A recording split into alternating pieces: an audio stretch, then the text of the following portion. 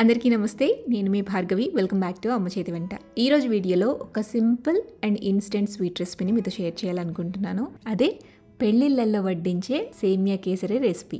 ఈ సేమియా కేసరిని పండుగలప్పుడు దేవునికి నైవేద్యంగా పెట్టచ్చు. ఇంట్లో స్మాల్ అకేషన్స్కి ఇన్స్టెంట్గా స్వీట్లా తయారు చేసుకోవచ్చు. గెస్ట్లు వచ్చినప్పుడు అప్పటికప్పుడు ప్రిపేర్ చేసేసి సర్వ్ చేసేయచ్చు. అయితే సేమియా కేసరి చేసేటప్పుడు చాలామందికి ముద్దైపోతూ ఉంటుంది, లేదా పంటికి తగులుతూ సరిగ్గా ఉడకకుండా కూడా ఉంటుంది.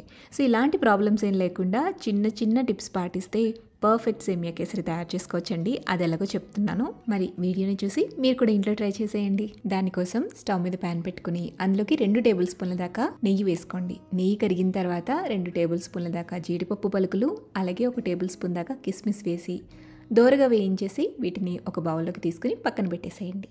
ఇప్పుడు అదే ప్యాన్లోకి కాస్త నెయ్యిని యాడ్ చేసుకోండి. ఇందులోకి ఇప్పుడు 1 కప్పు దాకా సేమియా తీసుకుని దోరగా వేయించుకోవాలి. ఈ సేమియా రోస్టెడ్ సేమియా కాదండి, నార్మల్గా మన ఉప్మా కోసం పచ్చి సేమియా వాడుతూ ఉంటాం కదా, మార్కెట్లో ఉంటుంది. సో అదే సేమియాని తీసుకోవాలన్నమాట. సేమియాని సన్నటి సెగ మీద దోరగా వేయించండి. చిన్న మంట మీదే మంచి గోల్డెన్ షేడ్ రావాలి, అంతవరకు గరిటెతో కలుపుతూ వేయించుకోవాలి. సేమియా ఎప్పుడైనా సరే కలపకుండా అలా వదిలేస్తే ఒక సైడ్ మాడిపోతుంది, ఒక సైడ్ వేగకుండా ఉంటుంది. సేమియాని మనం ఎంత బాగా వేయిస్తే సేమియా కేసరి రుచి అంత బాగుంటుందన్నమాట. ఇక్కడ చూపిస్తున్న విధంగా ఇలా మంచి రంగు వచ్చిన తర్వాత ఈ సేమియాని ఒక ప్లేట్లోకి తీసుకుని పక్కన పెట్టేసేయండి. ఇప్పుడు అదే ప్యాన్లోకి 1 కప్పు సేమియాకి 1.25 కప్పు దాకా వాటర్ వేసుకోవాలి. నీళ్లు ప్యాన్లోకి వేసుకున్న తర్వాత మూత పెట్టి మంటని మీడియం ఫ్లేమ్లో పెట్టి నీళ్ళని తెరలకాగనివ్వండి. వాటర్ ఇలా బాయిల్ అవుతున్నప్పుడు ఇందులోకి చిటికెడంతా కుంకుమ పువ్వు వేసుకోండి, లేదా ఎల్లో ఫుడ్ కలర్ కానీ ఆరెంజ్ ఫుడ్ కలర్ కానీ వేసుకుంటే మీకు సేమియా కేసరి కలర్ అనేది మంచిగా వస్తుందన్నమాట. అదే మీరు ఇలా కుంకుమ పువ్వు వాడినట్లయితే మంచి ఫ్లేవర్ కూడా యాడ్ అవుతుంది. సో వాటర్లో కుంకుమ పువ్వు అనేది బాయిల్ అయ్యి ఇలా నీళ్లు మంచిగా రంగు మారుతాయండి. అప్పుడు ఇందులోకి మనం వేయించుకున్న సేమియాని వేసుకుని ఉడకబెట్టుకోవాలి. ఇక్కడ సేమియా కేసరి రుచి అంతా కూడా సేమియాని ఉడకబెట్టడంలోనే ఉంటుందండి. సేమియాని మరీ మెత్తగా నీళ్ళన్నీ ఎగిర్చేంత వరకు ఉడకపెట్టకూడదు. అలాగని సరిగ్గా ఉడకకుండా మీరు పంచదార వేసిన సేమియా కేసరి గట్టిగా పలుకుగా ఉండిపోతుంది. సో జస్ట్ మీరు సేమియా ఉడికించేటప్పుడు ఒక చిన్న పీస్ తీసుకుని మధ్యలోకి బ్రేక్ చేస్తే ఈజీగా బ్రేక్ అవ్వాలి, అంతే. ఓవర్గా కుక్ అవ్వకూడదు. అప్పుడు మీకు సేమియా కేసరి కన్సిస్టెన్సీ అనేది కరెక్ట్గా వస్తుందన్నమాట. ఇక్కడ మీకు వీడియో క్లిప్లో చూపిస్తున్నా చూడండి.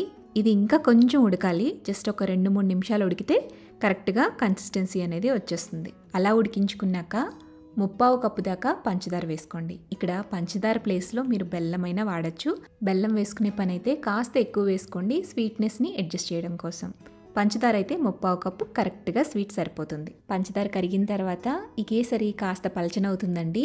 మంటని తగ్గించి అలా మీరు గరిటెతో కలుపుతూ ఉంటే పాకం చిక్కబడి కేసరి దగ్గర పడుతుంది. కన్సిస్టెన్సీ చూపిస్తున్నా చూడండి. ఇలా కేసరి దగ్గరికి అయిన తర్వాత ఇక చివరిగా 1/2 టీ స్పూన్ దాకా యాలకుల పొడి చల్లుకోండి. మీరు దేవునికి ప్రసాదంగా నైవేద్యంగా పెట్టాలి అనుకుంటే కాస్త చిటికెడంతా పచ్చికర్పూరం కూడా వేసుకోండి. ఫ్లేవర్ అనేది బాగుంటుంది. ఇప్పుడు ఇందులోకి మనం వేయించుకున్న డ్రై ఫ్రూట్స్ని వేసేసేయాలి. బాగా కలిపేసేసి పక్కకు దించేసుకోవడమే. అంతేనండి, సేమియా కేసరి చాలా చాలా సింపుల్గా తయారు చేసుకోవచ్చు అనమాట. జస్ట్ ఉడికించేటప్పుడు ఆ చిన్న టెక్నిక్ తెలిస్తే చాలు, పిల్లలు సైతం ఈజీగా చేసేసేయచ్చు ఈ స్వీట్ని.